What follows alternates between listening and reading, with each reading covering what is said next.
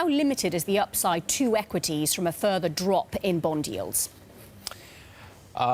Well, I think, look, I fully agree with Mark. We're in a very late stage in the cycle. And typically, when you're approaching that period where the maturity of the business cycle has become quite extreme and potentially you're erring closer to a U.S. recession, historically, equities have not really performed that strongly. I think, in our portfolios, we're a bit defensive as far as equities are concerned. We're underweight equities largely because we expect that although we may see some short-term rallies, we don't expect that these are going to be very long-lived. Mm-hmm.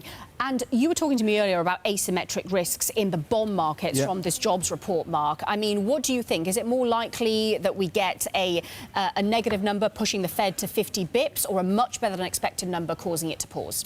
I think that the Fed is going to do 25 basis points no matter what. I think it's a very high hurdle for them to go 50 basis points, and I think the market is going to force them to do 25 basis points. So I think it's going to be very unlikely the number either way is actually going to cause enough of a change in the kind of Fed policy.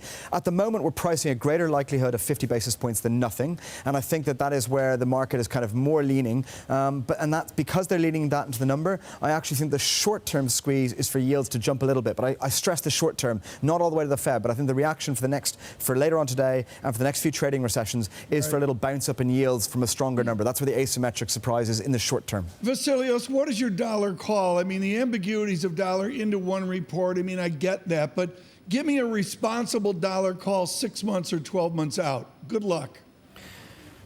Right. Thanks very much, Tom.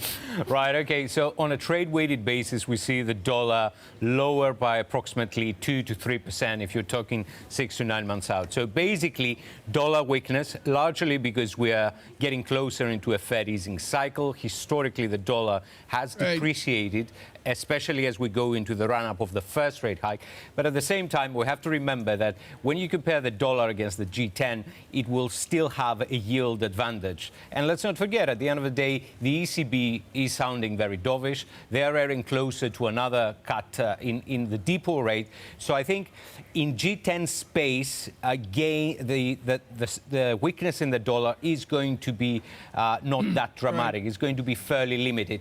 Where things may be a bit different is against emerging market currencies. As long as we avoid a global and outright global contraction, I think the hunt for yield is going to remain in place for the next 6 months or so. And I think we're going to see flows into emerging markets. And I think we're going to see EM local debt and EM FX performing quite strongly.